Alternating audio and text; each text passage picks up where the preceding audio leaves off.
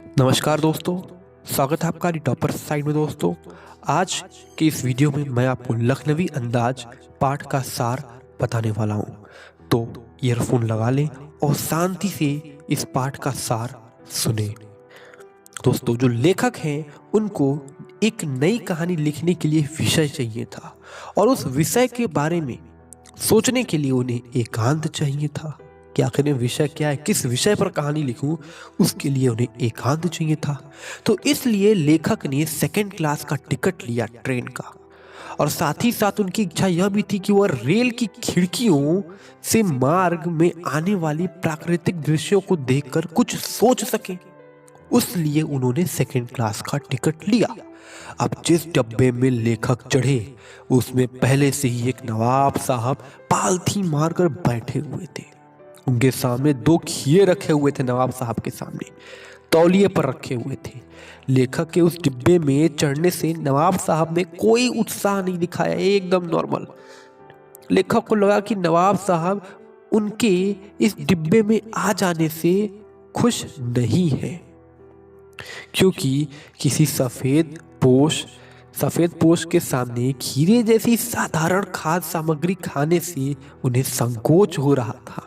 मतलब जो नवाब साहब है वो संकोच कर रहे थे कि यार ये सफ़ेद पोशाक यानी कि लेखक के सामने खाना अच्छा नहीं लगेगा, ये साधारण सा खीरा, क्योंकि नवाब साहब तो नवाब साहब थे। तो जब बहुत देर हो गई तो नवाब साहब को लगा कि अब खीरे किस प्रकार खाएं।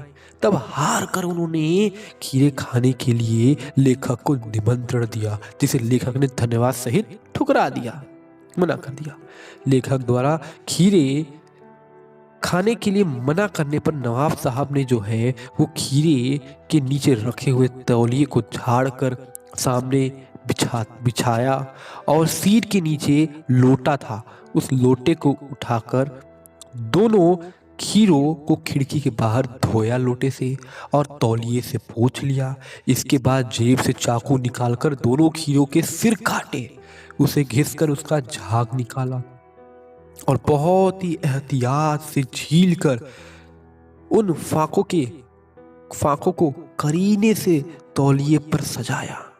यह सब करने के बाद उन्होंने उन फाकों पर जीरा मिला नमक और लाल मिर्च की सूखी बुरक दी।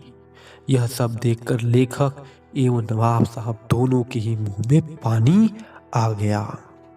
इतना सब करने के बाद लेखक और नवाब साहब के दोनों के मुंह में पानी आ जाने के बाद फिर से एक बार नवाब साहब ने लेखक से पूछा, मतलब खीरा खाने के लिए निमंत्रण दिया, लेकिन खीरा खाने की इच्छा होते हुए भी लेखक ने नवाब साहब का प्रस्ताव जो है ठुकरा दिया, यह कहकर कि उनका मैदा कमजोर है। तब नवाब साहब ने फाकों को सूंघा, स्वाद का आनंद लिया और उन फाकों को एक एक करके खिड़की के बाहर फेंक दिया।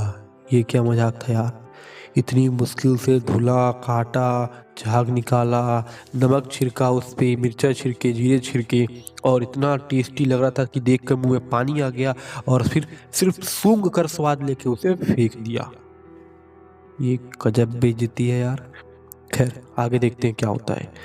नवाब साहब ने फाकों को सूंघा, स्वाद का आनंद लिया और उन फाकों को एक एक करके खिड़की के बाहर फेंक दिया। इसके बाद लेखक की ओर देखते हुए तौलिए से हाथ और ओठ भी पोंछ लिया, मानो जैसे खीरे खा लिया हो। लेखक को लगा जैसे कि वह उससे कह रहे हैं कि यह है खानदानी रईसों का तरीका। मतलब नवाब साहब अपनी खानदानी रईसों के तरीके दिखा रहे हैं कि देखो भाई हमारा क्या मतलब तरीका है खाने का। इसके बाद लेखक को नवाब साहब के मुंह से भरे पेट की ऊंची डकार का भी स्वर सुनाई दिया। मतलब खीरा खाया नहीं, बस सूंघ लिया, पेट भी भर गया, मुंह भी पोंछ लिया, पानी भी आ गया था मुंह में, और अब पेट मतलब ढकार भी आ गई।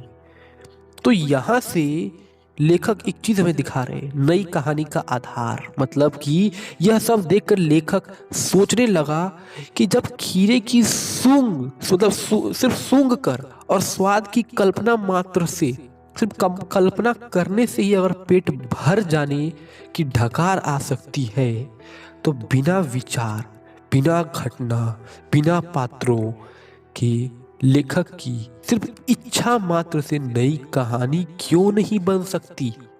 समझ रहे हो?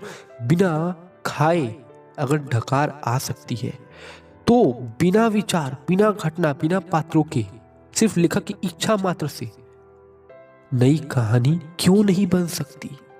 तो ये था लखनवी अंदाज। कैसा लगा यह पार्ट दोस्तों?